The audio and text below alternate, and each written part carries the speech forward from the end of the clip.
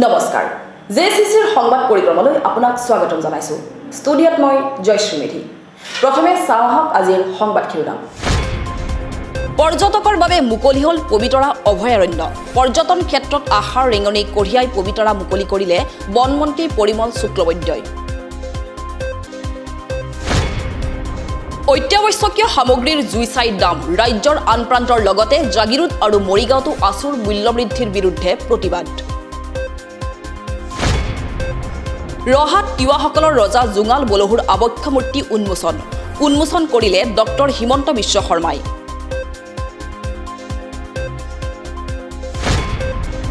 সীতাজখলাত শিল্পী জুবিন গাৰ্গ সুধাকণ্ঠ ডক্টৰ ভূপেন হাজৰিকাৰ মৃত্যুতিথিত শ্ৰদ্ধাঞ্জলি অনুষ্ঠানত অংশগ্ৰহণ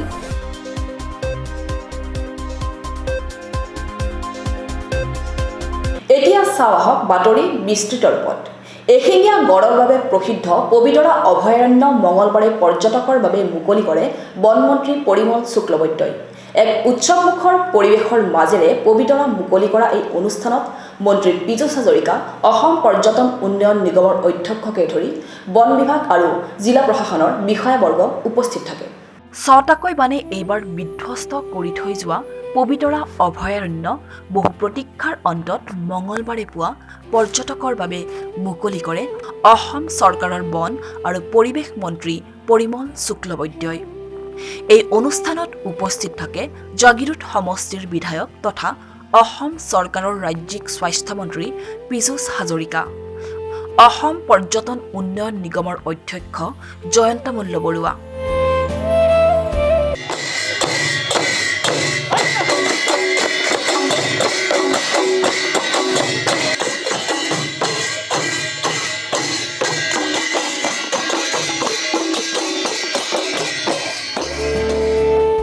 মায়ঙৰ পৰম্পৰাগত ৰজা তৰণীকান্ত সিংহ বন বিভাগৰ PCCFAM সিং DFO জয়ন্ত ডেকাকে ধৰি বিভাগটোৰ কেইবাগৰাকী উচ্চপদস্থ বিষয়া মৰিগাঁও জিলাৰ উপায়ুক্ত লীনা দাস আৰু আৰক্ষী অধীক্ষক নন্দ সিং বৰকলা আদি প্ৰশাসনৰ অন্যান্য বিষয়াবৰ্গ পবিতৰা মুকলি কৰা উপলক্ষে অভয়াৰণ্যখনৰ এলিফেণ্ট ৰাইডিং পইণ্টত আয়োজিত সভাখনৰ আঁত ধৰে ৰেঞ্জাৰ মুকুল তামুলীয়ে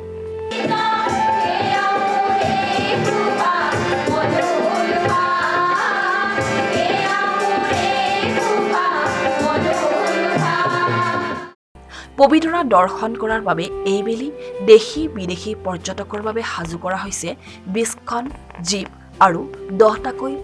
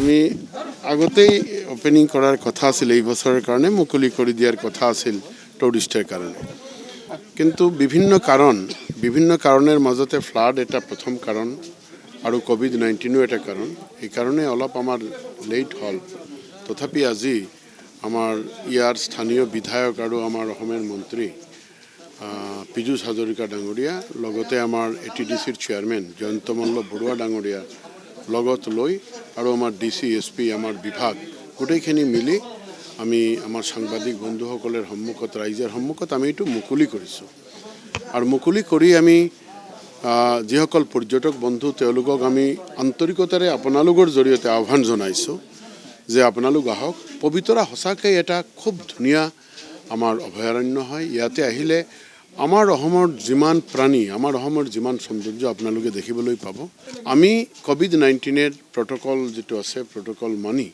আমাৰ বিভাগীয় চেষ্টা চলাব যাতে কোনো ধৰণৰ সংক্ৰমণ নহয় এই চেষ্টা আমি কৰি যাম আৰু ইয়াতে যিসকল আহিব তেওঁলোকক ভাল হস্পিটেলিটি দিয়াৰ কাৰণে আমি চেষ্টা চলাই যাম পবিতৰা মুকলি অনুষ্ঠানৰ পিছতে অসম মিজোৰামৰ সীমা বিবাদ সন্দৰ্ভত কেতবোৰ মন্তব্য কৰে মন্ত্ৰীগৰাকীয়ে এই বিষয়টোত তৃতীয় শক্তি জড়িত থকাৰো সন্দেহ প্ৰকাশ কৰে বনমন্ত্ৰীগৰাকীয়ে অৱশ্যে ৰাজ্য দুখনৰ মাজত হোৱা এই বিবাদ নিৰ্মূল কৰাৰ বাবে চৰকাৰে পাৰ্যমানে প্ৰচেষ্টা গ্ৰহণ কৰিছে বুলিও মন্তব্য কৰে তেওঁ অসম মিজোৰাম সীমান্তত আজিৰ পৰা প্ৰায় 20-22 দিন হ'ল ইয়াতে এটা অব্যৱস্থা চলি আছে কাৰণ ইমান দিনলৈকে য'ত তেওঁলোকৰ সীমা আছে এই সীমা তেওঁলোকে অতিক্ৰম কৰি আৰু প্ৰায় 1.5 কিলোমিটাৰমান নিচত নামি আহিছে নামি অহাৰ পাছতে এবাৰ প্ৰথম আমি আমাৰ মাননীয় মুখ্যমন্ত্ৰীয়ে ইয়াৰ ফালৰ পৰা একেবাৰে প্ৰত্যক্ষ সুপাৰভিশন কৰি আছে আৰু আপোনালোকে জানে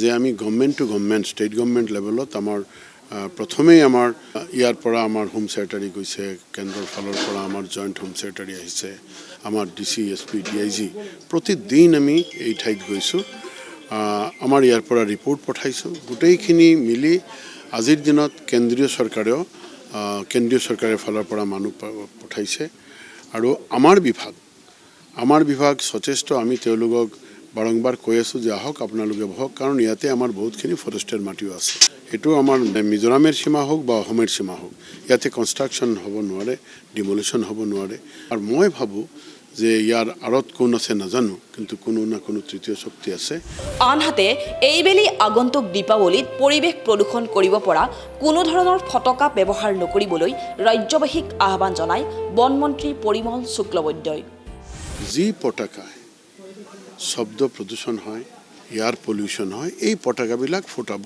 নালাগে এইটো একেবাৰে আমাৰ আন্তৰিকতাৰে আপোনালোকৰ জৰিয়তে আমি ৰাইজক নিবেদন কৰিছোঁ অনুষ্ঠানত মন্ত্ৰী পীযুষ হাজৰিকাই পবিতৰালৈ পৰ্যটক আগমনৰ আহ্বান জনাই ইয়াৰ থলুৱা পৰ্যটন উদ্যোগটোক টনকিয়াল কৰিবলৈ স্থানীয় যুৱক যুৱতীসকলৰ সহায় সহযোগ বিচাৰে প্ৰত্যেক বছৰৰ দৰে এই বছৰ আমি এই বছৰৰ কাৰণে শুভাৰম্ভ কৰিলোঁ মই পৰিমল শুক্লবৈদ্য ডাঙৰীয়া আৰু জয়ন্ত মল্ল বৰুৱা ডাঙৰীয়াক ধন্যবাদ জ্ঞাপন কৰিছোঁ আমাৰ মৰিগাঁওবাসীৰ প্ৰাণ পবিতৰাক আজি বিশ্বৰ পৰ্যটকৰ কাৰণে মুকলি কৰিছোঁ আশা ৰাখিছোঁ যোৱাবাৰ যি পৰিৱেশ হ'ল এইবাৰ এনেকুৱা পৰিৱেশ নহওক ইয়ালৈকে পৰ্যটক আহক আৰু ইয়াৰ সৌন্দৰ্য উপভোগ কৰক আৰু এই পবিতৰাৰ সৌন্দৰ্য উপভোগ কৰাৰ লগে লগে আমাৰ অঞ্চলৰ নিবনুৱাসকলৰো সুবিধা হওক অঞ্চলটোৰ ৰাইজৰ সুবিধা হওক লগতে জয়ন্ত মল্ল বৰুৱাই বন বিভাগ আৰু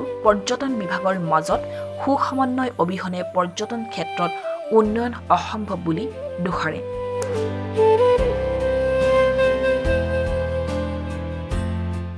জাগিৰোডৰ সীতাজখলাত শিল্পী জুবিন গাৰ্গ সুধাকণ্ঠ ডক্টৰ ভূপেন হাজৰিকাৰ শ্ৰদ্ধাঞ্জলি অনুষ্ঠানটোত অংশগ্ৰহণ কৰি জুবিন গাৰ্গে অসমৰ সাম্প্ৰতিক পৰিস্থিতি সন্দৰ্ভত কেইবাটাও গুৰুত্বপূৰ্ণ মন্তব্য কৰে জাগিৰোডৰ সীতাজখলা দুগ্ধ উৎপাদক সমবায় সমিতিৰ উদ্যোগত 5 নৱেম্বৰত আয়োজিত সুধাকণ্ঠ ভাৰত ৰত্ন ডক্টৰ ভূপেন হাজৰিকাৰ নৱম মৃত্যুবাৰ্ষিকীৰ এক শ্ৰদ্ধাঞ্জলি অনুষ্ঠানত ভাগ লয় শিল্পী জুবিন গাৰ্গে বিশ্ব বৰেণ্য শিল্পীগৰাকীৰ এই মৃত্যুতিথিত শিল্পী জুবিন গাৰ্গে সুধাকণ্ঠৰ প্ৰতিচ্ছবিত বন্তিৰ প্ৰজ্বলন পুষ্পাঞ্জলি অৰ্পণ কৰি ডক্টৰ ভূপেন হাজৰিকাৰ প্ৰতি গভীৰ শ্ৰদ্ধা নিবেদন কৰে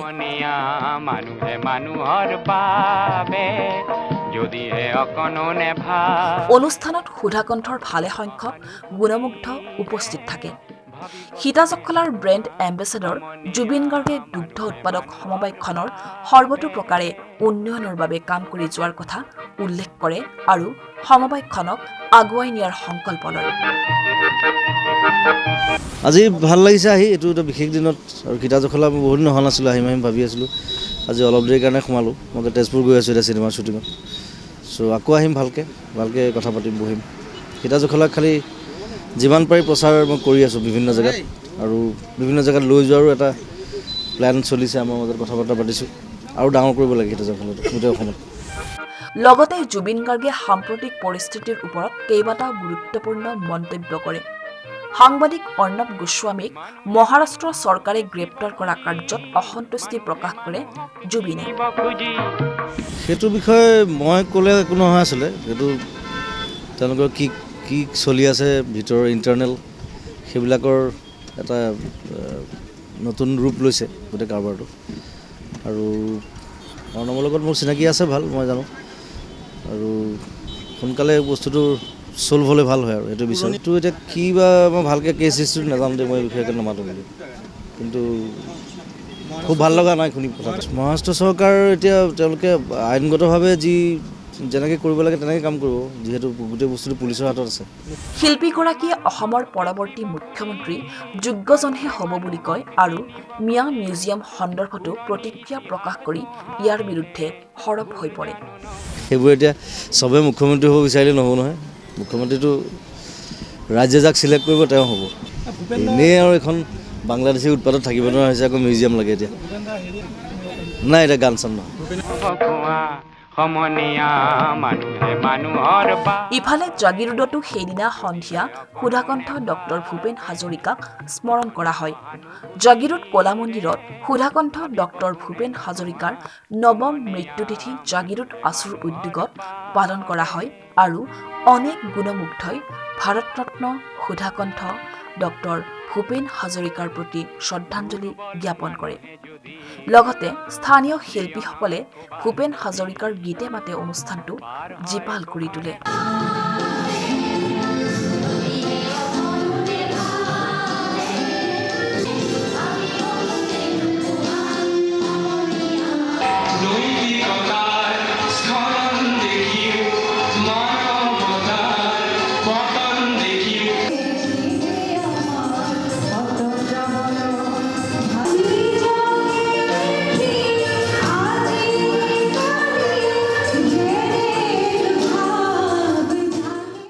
অত্যাৱশ্যকীয় সামগ্ৰীৰ মূল্য বৃদ্ধিৰ বিৰুদ্ধে আছুৰ প্ৰতিবাদ।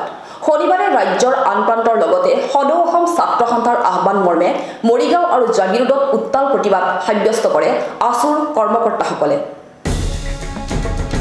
নিত্য ব্যৱহাৰ্য সামগ্ৰীৰ আকাশলংঘী মূল্য বৃদ্ধিয়ে জুৰুলা কৰিছে জনসাধাৰণক।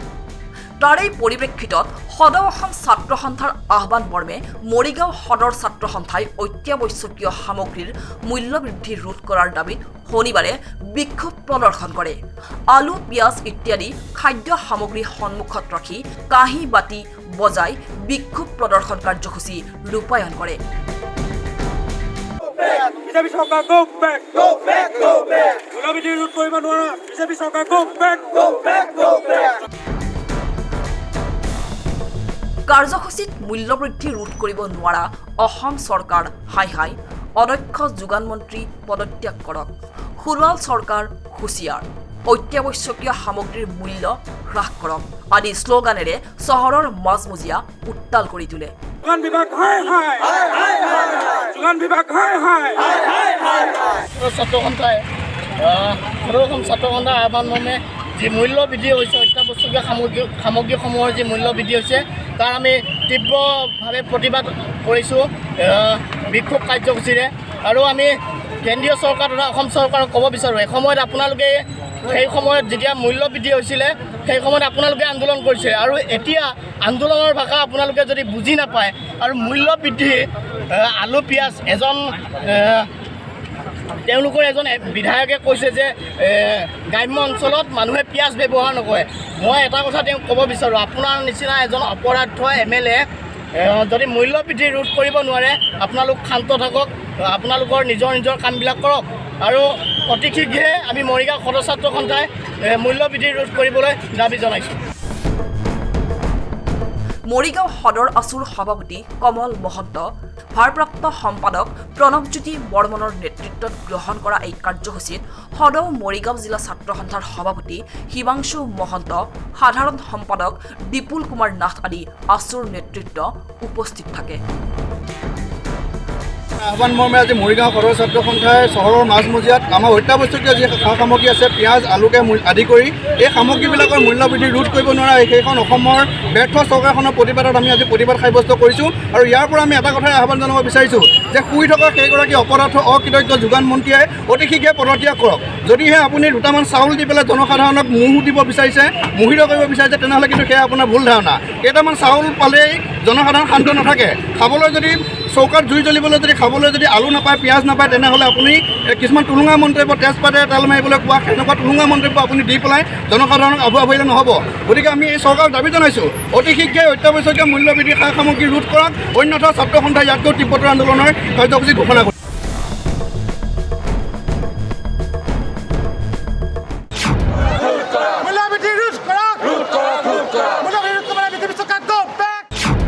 অত্যাৱশ্যকীয় সামগ্ৰীৰ আকাশলংঘী মূল্যবৃদ্ধিয়ে জলাকলা খুৱাইছে ৰাজ্যবাসীক। বজাৰ নিয়ন্ত্ৰণত ব্যৰ্থ হৈছে যোগান মন্ত্ৰী ফণীভূষণ চৌধুৰী। চৰকাৰেও লোৱা নাই মূল্যবৃদ্ধি নিয়ন্ত্ৰণৰ কোনো ব্যৱস্থা। তাৰে প্ৰতিবাদত শনিবাৰে জাগিৰোডত বিক্ষোভ কাৰ্যসূচী ৰূপায়ণ কৰে জাগিৰোড আঞ্চলিক ছাত্ৰ সন্থাই।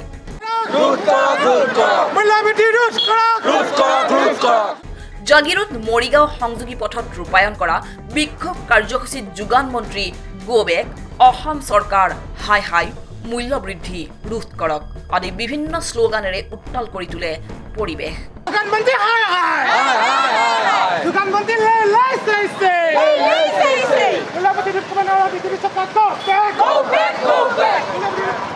অতি শীঘ্ৰে চৰকাৰে অত্যাৱশ্যকীয় সামগ্ৰীৰ মূল্যবৃদ্ধি ৰোধ নকৰিলে আগন্তুক দিনত পুনৰ জংগী আন্দোলনৰ হুংকাৰ দিয়ে ছাত্ৰ সংগঠনটোৱে। সদৌ অসম ছাত্ৰ সন্থাৰ আহ্বান মৰ্মে আজি আমি জাগিৰোড ছাত্ৰ সন্থাই নিত্য ব্যৱহাৰৰ যি সামগ্ৰীবোৰৰ মূল্য বৃদ্ধি হৈছে আৰু যি এই মূল্য বৃদ্ধি চৰকাৰে ৰোধ কৰিব পৰা নাই, তাৰে প্ৰতিবাদত আমি আজি বিক্ষোভ কাৰ্যসূচী ৰূপায়ণ কৰিছোঁ। যিহেতু আমি দেখিবলৈ পাইছোঁ দৈনন্দিনে আমাৰ যিখিনি ব্যৱহাৰযোগ্য সামগ্ৰী সেইখিনিৰ দাম আকাশলংঘী হৈছে। চৰকাৰে এই ক্ষেত্ৰত কোনো ধৰণৰ পদক্ষেপ হাতত লোৱা নাই। যোগান মন্ত্ৰী এই ক্ষেত্ৰত ব্যৰ্থ, অসম চৰকাৰ এই ক্ষেত্ৰত ব্যৰ্থ। গতিকে আজি আমি জাগিৰোড ছাত্ৰ সন্থাই এই বিক্ষোভ কাৰ্যসূচীৰ দ্বাৰা অসম চৰকাৰক সকীয়াই দিব বিচাৰিছোঁ যে অতি শীঘ্ৰেই মূল্যবৃদ্ধি ৰোধ কৰক, নহ'লে জনসাধাৰণে ইয়াতকৈ তীব্ৰতৰ আন্দোলন গঢ়ি তুলিব বাধ্য হ'ব।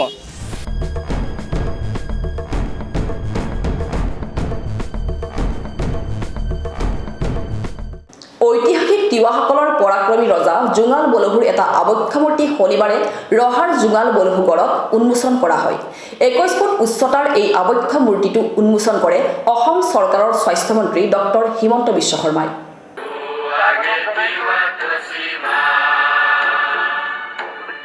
ৰহাত শনিবাৰে বিত্ত, স্বাস্থ্য আৰু শিক্ষা বিভাগৰ মন্ত্ৰী ডক্টৰ হিমন্ত বিশ্ব শৰ্মাই তিৱাসকলৰ ঐতিহাসিক পৰাক্ৰমী ৰজা জোঙাল বলহুৰ এটা আবক্ষ মূৰ্তি উন্মোচন কৰে।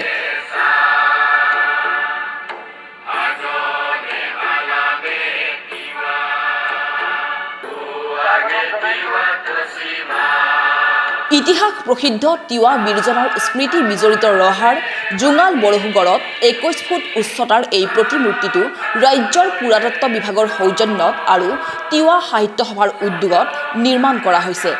এই উপলক্ষে অনুষ্ঠিত সভাত ভাষণ দি মন্ত্ৰী হিমন্ত বিশ্ব শৰ্মাই কয় যে এই প্ৰতিমূৰ্তিৰ জৰিয়তে তিৱা বীৰজনৰ শৌৰ্য বীৰ্যৰ কথা নৱপ্ৰজন্মৰ মাজত সজীৱ হৈ থাকিব আৰু ইয়াৰ জৰিয়তে অসমৰ জনজাতীয় সমাজৰ সভ্যতা সংস্কৃতি জীয়াই ৰাখিব লাগিব বুলি মন্তব্য কৰি মন্ত্ৰী হিমন্তই কয় যে নতুন ৰাষ্ট্ৰীয় শিক্ষানীতি আৰম্ভ হোৱাৰ লগে লগে প্ৰত্যেক জনজাতীয় সন্তানে ৫ম শ্ৰেণীলৈকে নিজ মাতৃভাষাত পঢ়িব পাৰিব। তাৰ বাবে পাঠ্যপুথি প্ৰণয়ন কৰাৰ লগতে ৪৩,০০০ বিভিন্ন ভাষাৰ শিক্ষক নিযুক্তি দিব লাগিব বুলি কয়। ইফালে তেওঁ কয় যে একতাৰ অভাৱে অসমীয়া জাতিক দুৰ্বল কৰি তুলিছে। উল্লেখযোগ্য যে জোঙাল বলহুৰ এই প্ৰতিমূৰ্তিটো নিৰ্মাণ কৰিছে বিশিষ্ট শিল্পী বীৰেন সিংহই।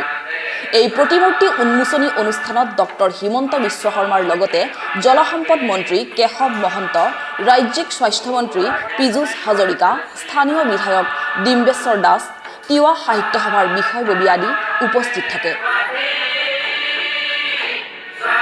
আমি এটা চেষ্টা কৰিম এই গোটেই জোঙাল বলহু পামখনক এটা পৰ্যটনৰ আকৰ্ষণীয় কেন্দ্ৰৰূপে গঢ়ি তোলাৰ বাবে।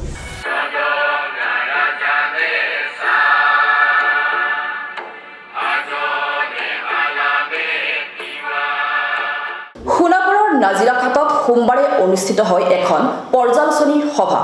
সমাজ কল্যাণ বিভাগৰ মন্ত্ৰী প্ৰমীলা ৰাণী ব্ৰহ্ম উপস্থিত থকা সভাখনত বিভাগটোৰ বিভিন্ন আঁচনিৰ ৰূপায়ণ সন্দৰ্ভত পৰ্যালোচনা কৰা হয়। সোণাপুৰৰ নাজিৰাঘাটত সোমবাৰে অনুষ্ঠিত হৈ যায় সমাজ কল্যাণ বিভাগৰ এখন পৰ্যালোচনী সভা। ৰাজ্য তথা কেন্দ্ৰীয় চৰকাৰৰ সমাজ কল্যাণ বিভাগৰ বিভিন্ন আঁচনিসমূহ ৰূপায়ণৰ বিষয়ে বিভাগটোৰ বিষয়া কৰ্মচাৰীসকলৰ লগত সভাত মত বিনিময় কৰে মন্ত্ৰী প্ৰমীলা ৰাণী ব্ৰহ্মই।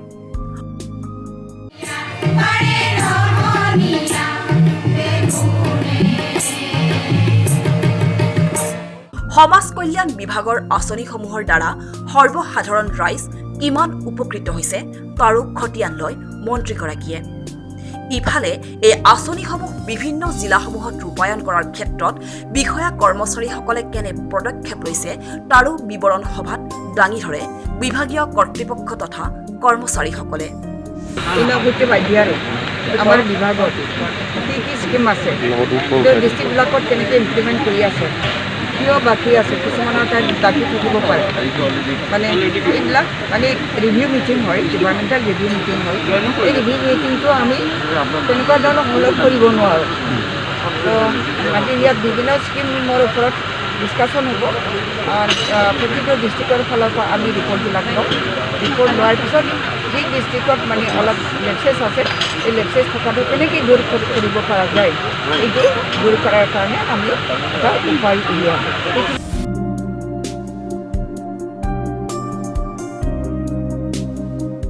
মৰিগাঁৱত এজন ঠিকাদাৰৰ ময়মতালি। পথ নিৰ্মাণত অনিয়মৰ অভিযোগ স্থানীয় ৰাইজৰ।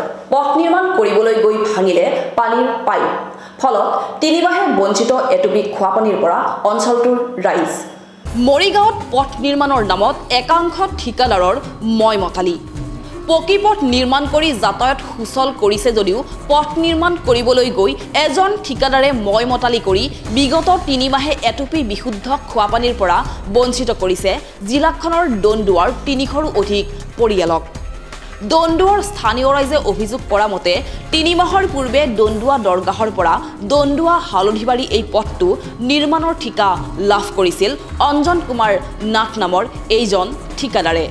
পথটো নিৰ্মাণৰ বাবে মাটি খান্দোতে জনস্বাস্থ্য কাৰিকৰী বিভাগৰ পানী যোগানৰ পাইপ ফাটি গৈছিল। এই ক্ষেত্ৰত জনস্বাস্থ্য কাৰিকৰী বিভাগৰ কৰ্মচাৰী আৰু স্থানীয় বঞ্চিত ৰাইজে পাইপ মেৰামতি কৰিবলৈ বহুবাৰ ঠিকাদাৰ অঞ্জন নাথক অনুৰোধ কৰি আহিছিল যদিও ঠিকাদাৰজনে কোনো গুৰুত্ব নিদিয়াৰ অভিযোগ কৰিছে। ঠিকাদাৰ হ'ল অঞ্জন কুমাৰ নাথ। তেওঁ কৰা এই ঠিকাদাৰ চেণ্ট গ্ৰেভেল যেতিয়া লৈ আনিছে, JCB দি মাটিখিনি খান্দি নোলোৱাকৈ তেওঁ মানে এই ৰাস্তাটো বনাই আহিছে। গাড়ীয়ে এই পাইপলাইন আমাৰ পাব্লিক হেল্থৰ পাইপলাইনটো ফটোৱাই পেলাইছে, জুলাই মাহৰ 28 তাৰিখে ফটোৱাইছে। এতিয়া জনসাধাৰণ মানে এতিয়া 300ৰ ওপৰত জনসাধাৰণে পানীৰ পৰা বঞ্চিত হৈ আছে। জুলাই মাহৰ 28 তাৰিখলৈকে চলিল, জুলাই মাহৰ 28 তাৰিখৰ ভাটিবেলাৰ পৰা মানে পোৱা নাই। মেৰামতিৰ কাৰণে কোৱা হৈছে, কিন্তু তেখেতে মেৰামতিটো কৰি নিদিয়ে। এই ক্ষেত্ৰত ঠিকাদাৰ অঞ্জন নাথৰ বিৰুদ্ধে ক্ষোভিত হৈছে স্থানীয় ৰাইজ। আনহাতে পথ নিৰ্মাণৰ কাম এমাহ নহওঁতেই ঠায়ে ঠায়ে খহি যাবলৈ ধৰিছে পথটো, যাৰ ফলত ঠিকাদাৰ অঞ্জন নাথে অতি নিম্নমানৰ কাম কৰা বুলি অভিযোগ কৰিছে স্থানীয় ৰাইজে। পানীখিনি কাৰণ টেপৰ পৰা খাওঁ, এতিয়া প্ৰব্লেম হ'বই। খোৱা পানী এইবিলাক খাল না দেখিব ভৰ্তি হয়, তাৰপৰা পানী কেনেকৈ খাম, কলতো আইৰণ। এতিয়া আজি 3 মাহমান পোৱাই নাই, কোনে ফটোৱালে এতিয়া কেনেকৈ খাম। সেইখিনি ভাল কৰি দিলে পানীখিনি ভাল বুলিকৈ খাব পাৰোঁ আৰু। আমাৰ এই ৰাস্তাটো বৰ্তমান বহুত মানে কি জৰাজীৰ্ণ অৱস্থাত আছিল, কিন্তু এতিয়া ভাবিছিলোঁ ভাল হ'ব বুলি, কিন্তু যিমান দূৰ ভাল হ'ব বুলি ভাবিছিলোঁ সিমান দূৰ নহ'লগৈ। কাৰণটো হৈছে আপোনাৰ ৰাস্তাটো ভালদৰে মেৰামতি কৰা নাই, আৰু আজি এমাহো হোৱা নাই। এই চাইডে আপোনাৰ ৰাস্তাবোৰ ব্লকবোৰ ফাটি গৈছে। মানে তেখেতক যিজন মানে ঠিকাদাৰ তেওঁ কওঁতে ক'লে কি তেওঁ হ'ব ৰিপেয়াৰিং কৰা হ'ব নতুনকৈ। আজিলৈকে এতিয়া চব মাটি চাটি দি এতিয়া ফ্লাপে কৰি পেলালে অঞ্জন নাথ।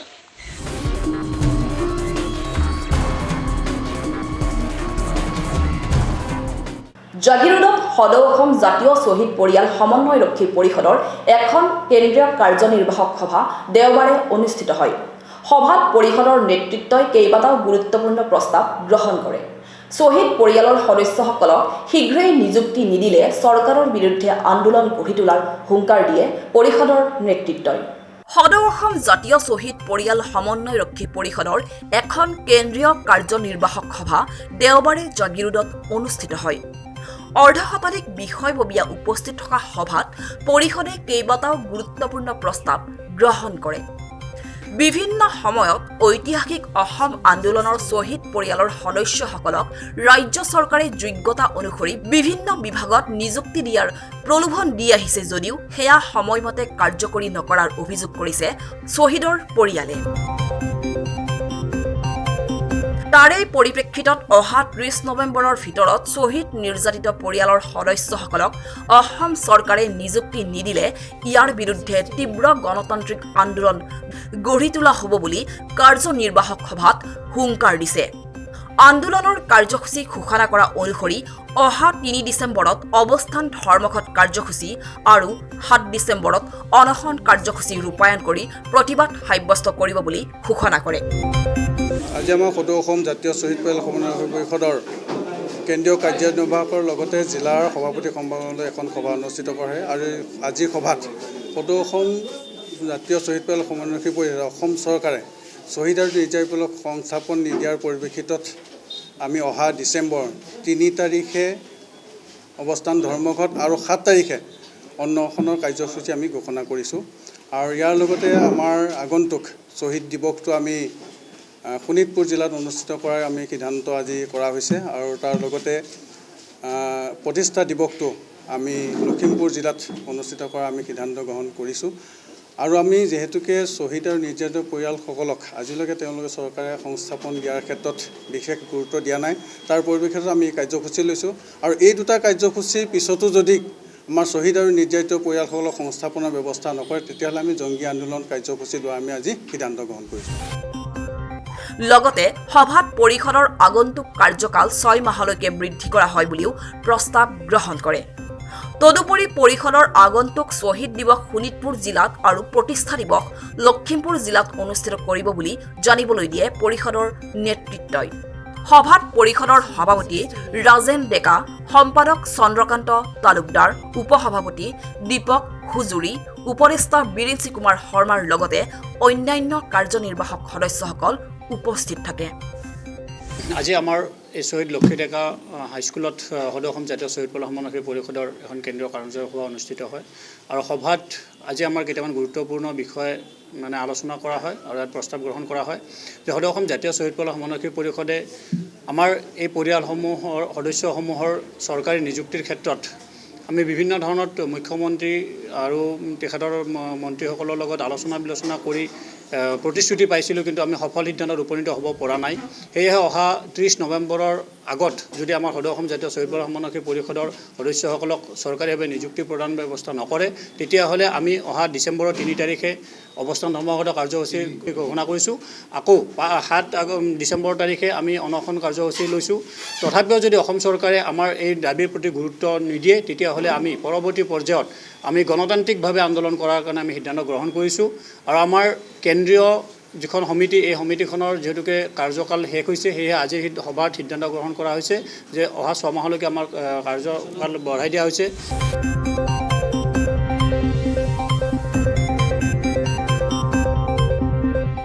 এতিয়া চাওঁ আহক সংক্ষিপ্ত ৰূপত কেইটামান বাতৰি।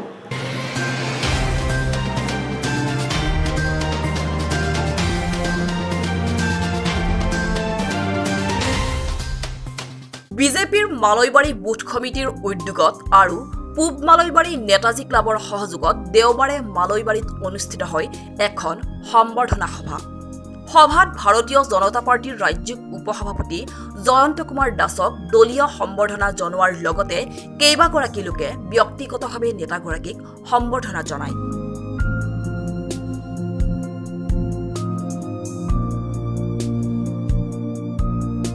সম্বৰ্ধনা গ্ৰহণ কৰি ভাষণ প্ৰসংগত জয়ন্ত দাসে কয় যে নিৰ্বাচনৰ আগত কুলিৰ দৰে বহু নেতা পালি নেতা আহে আৰু যায়, কিন্তু ৰাইজে প্ৰকৃত নেতাক বিচাৰি উলিওৱাটো ৰাইজৰ দায়িত্ব। লগতে বিজেপিৰ নেতাজনে কয় যে কংগ্ৰেছে AIUDFৰ সহায় লৈ চৰকাৰ গঠন কৰাৰ উদ্দেশ্যে মিত্ৰতাৰ ৰাজনীতি কৰিছে।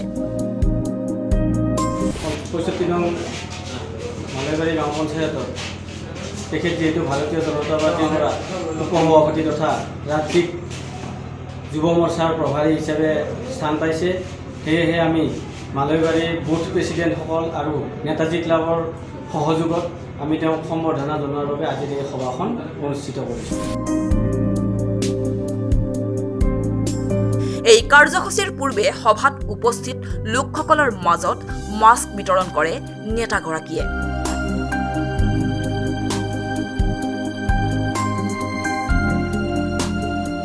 কাৰ্যসূচীত মালৈবাৰীৰ আন কেইবাগৰাকীও বিশিষ্ট ব্যক্তি উপস্থিত থাকে। মোৰ আজি বিৰাট ভাল লাগিছে। মালৈবাৰীৰ ৰাইজে ইমান উষ্ম আদৰণি জনাইছে। মালৈবাৰীৰ ৰাইজ আই মাতৃ হিলদোল ভাঙি অহা বুলি ক'লেও ভুল কোৱা নহ'ব। আৰু এই উৎসাহ দেখি মই নিজে বিৰাট উৎসাহী হৈ পৰিছোঁ, আনন্দিত হৈছোঁ। আৰু ৰাইজৰ এই মৰম, এই আস্থা নিশ্চিতভাৱে মই ৰাখিম। ৰাইজৰ এই বিশ্বাস মই কেতিয়াও ভাঙিবলৈ নিদিওঁ। মই ৰাইজৰ বিশ্বাস ৰাখিম আৰু ৰাইজৰ যিমান অভাৱ অভিযোগ আছে সেই গোটেই অভাৱ অভিযোগসমূহ যেনেকুৱাই নহওক সমাধান কৰাৰ কাৰণে মই যৎপৰোনাস্তি চেষ্টা কৰিম। আৰু উদ্যোক্তাসকলক আজি ধন্যবাদ জ্ঞাপন কৰিছোঁ যে যোনে নহওক, যেনেকৈ নহওক, যোনে ৰাইজৰ দুখত দুখী হ'ব পাৰে, ৰাইজৰ দুখ নিজৰ দুখ বুলি উপলব্ধি কৰিব পাৰে, ৰাইজৰ বাবে চিন্তা কৰিব পাৰে, তেনেকুৱা যাতে ব্যক্তিয়ে অকল ইয়াত বুলি নহয়, দিছপুৰত নহয়, শদিয়াৰ পৰা ধুবুৰীলৈ প্ৰত্যেকটো সমষ্টিত যাতে তেনেকুৱা ধৰণৰহে বিধায়ক হয়, তেতিয়াহে এই গণতন্ত্ৰ সফল হ'ব।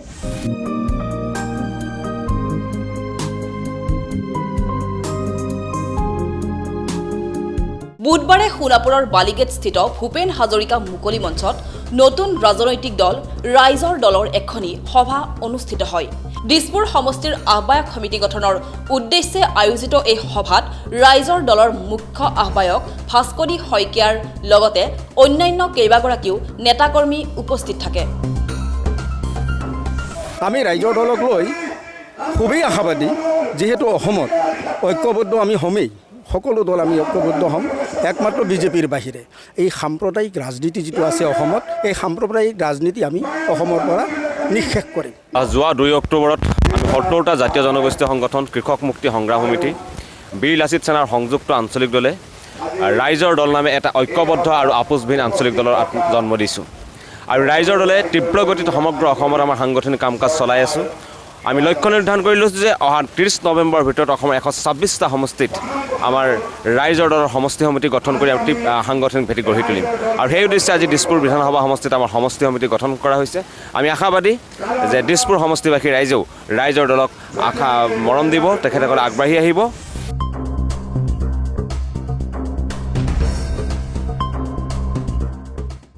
আজিৰ সংবাদ পৰিক্ৰমা ইমানতে সামৰিছোঁ। জাগিৰোড, মৰিগাঁও আৰু ইয়াৰ কাষৰীয়া বিভিন্ন অঞ্চলৰ বা বাতৰিলৈ আমি আপোনালোকৰ মাজলৈ আহোঁ প্ৰতি বুধবাৰে সন্ধিয়া আৰু বৃহস্পতিবাৰে পুৱা।